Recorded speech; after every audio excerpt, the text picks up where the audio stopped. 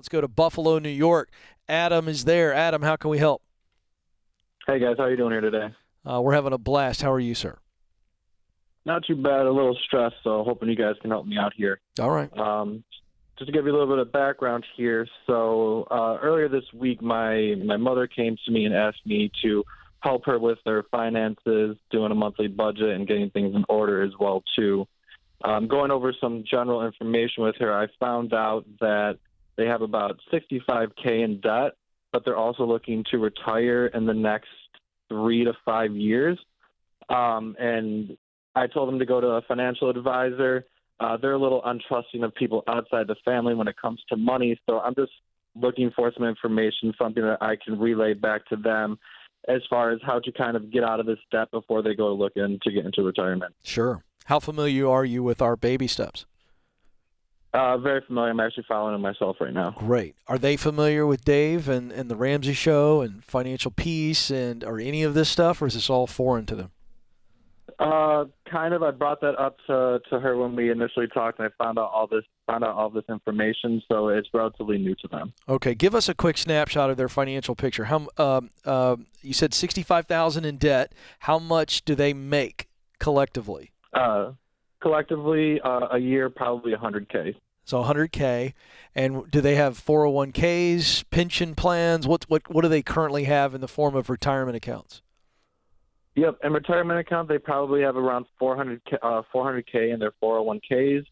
And then with pensions combined, when they do retire, they'll probably be making $2,100 a month with their pensions. And what's their housing situation?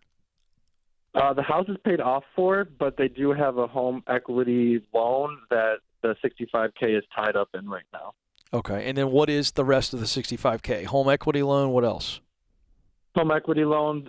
With the home equity loan, they put a couple, I believe like 5-10 years ago, they redid their kitchen, which is probably, I believe, around between 30 to 50K. I don't have that. Oh, okay. I'm sorry. Number. So the 65 is just the HELOC. There's nothing Correct. outside of Yes. that. Correct. Oh, okay. Gotcha. All right.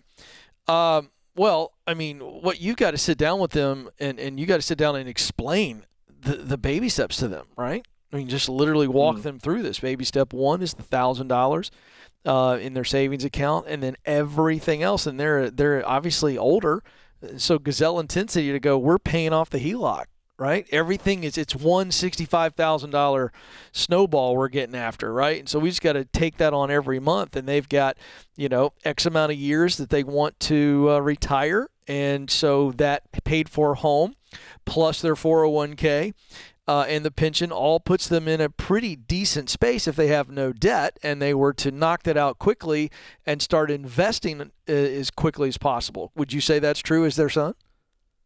Yes, definitely. And what I'm wondering is do they stop investing in their 401k and basically the money that they're putting into the 401k invest that into the debt? Yes. And once they knock that off, absolutely.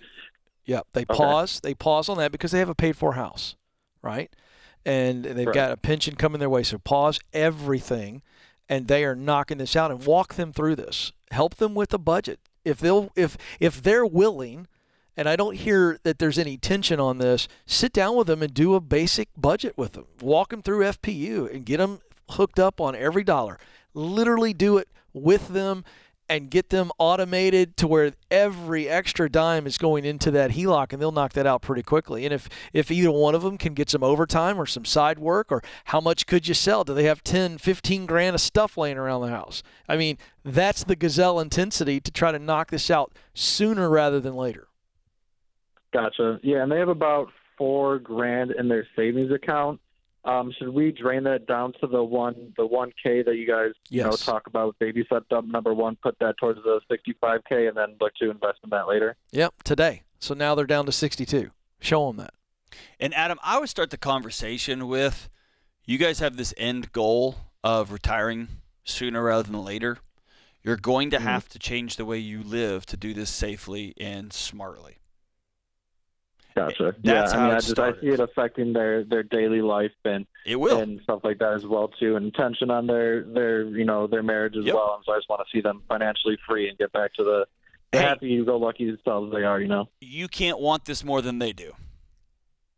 Correct. You want them to have the freedom you're feeling as you walk through this stuff, and you want them to have the optimism that you have walking through this stuff, and they have to want it. You can't force it on them. You can't make them do it. You can show them reality, which is you've got a math problem here, and y'all are going to have to change your lives a little bit if you want. And here's what retirement's going to look like, by the way. Here is your budget. So when my mom was talking about, hey, I'm starting to have a conversation about retirement, the first question I asked was, can y'all afford to do that?